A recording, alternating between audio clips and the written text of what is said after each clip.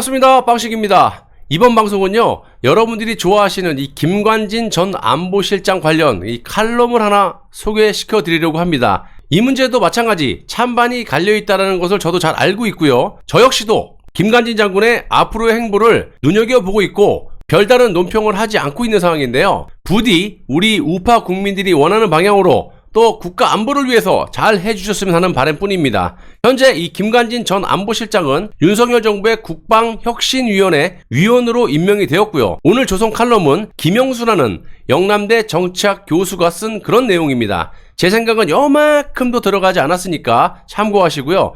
들어보시고 여러분들의 생각을 댓글로 남겨주시면 반드시 참고하겠습니다.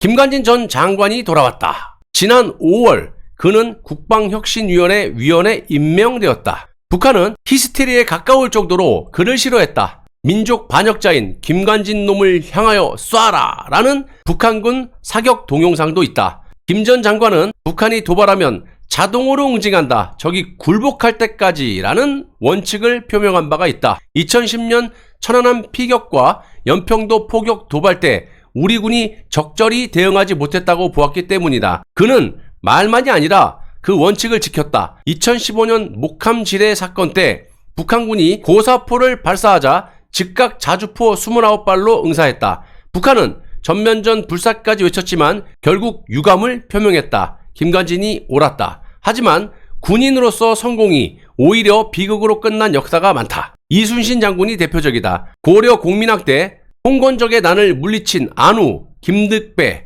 이방실 장군, 중국 북송의 명장, 악비도 처형되었다. 왕이나 정치가들에게는 이들이 불편한 존재였기 때문이다. 김 전 장관도 2017년 군 댓글 공작 지시 혐의로 구속되었다. 문재인 정부의 적폐청산에 걸렸고 지금도 재판 중이다. 역사는 웬만해서 정의의 편에 서지 않는다. 그런데 김 전 장관의 고통은 개인의 문제를 넘어서 있다. 그의 구속과 재판은 법적 차원에서 이뤄졌지만 실은 한국군의 정체성을 둘러싼 투쟁이다. 2010년 국방장관 취임사에서 그는 이 점을 심각하게 환기시켰다. 그는 먼저 우리의 적이 누구인지 분명하게 인식해야 한다 라고 역설했다. 한국군은 누구와 싸우나 언제부턴가 이 문제는 한국군의 최대 아킬레스건이었다.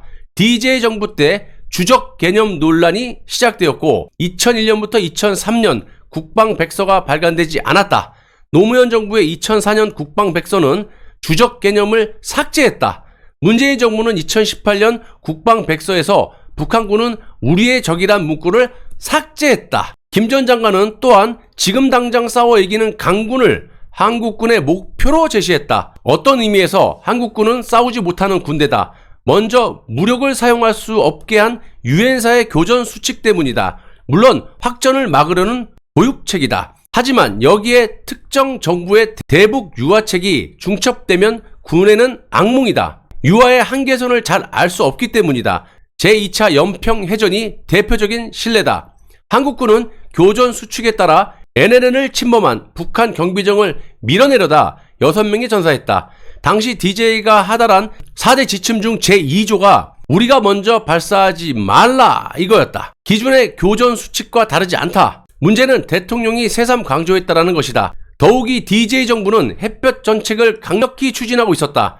대통령과 국무총리는 해군 참모총장 주관이라는 이유로 제2연평해전 전사자 연결식에 참석하지 않았다. 심지어 국방장관도 불참했다. 목숨 바쳐 싸웠지만 군은 버려진 느낌을 받았을 것이다. 그런 나라를 위해 누가 목숨을 바치나. 10주기에 처음으로 이명박 전 대통령이 참석했다. 싸우는 군대, 이기는 군대, 군의 영원한 본질이다. 그런데 왜 새삼 강조하는가? 군의 본질이 부정되고 있기 때문이다. 오늘날 한국군의 진정한 위기는 북한의 핵보다 바로 이 문제다. 역대 진보 정부는 평화를 위한 대화를 강조해왔다. 그 결과 한국군의 북한이 어떤 존재인지 모호해졌다.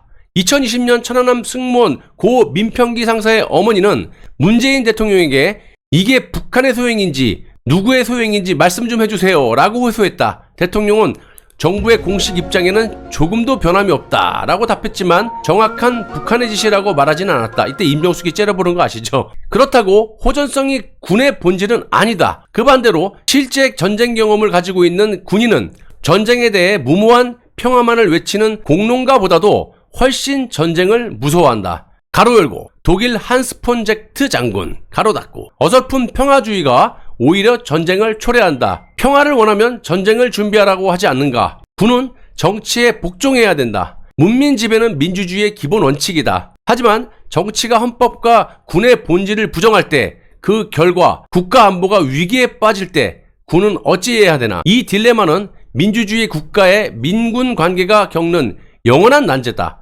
아이러니지만 한국군의 이 곤경을 가장 잘 이해한 게 북한이다.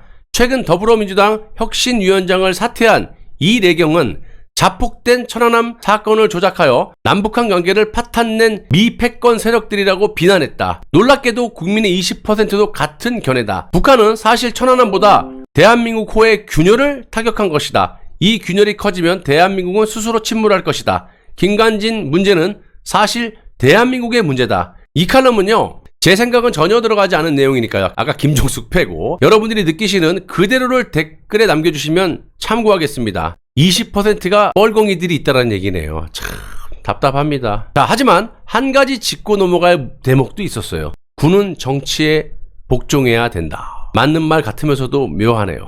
감사합니다.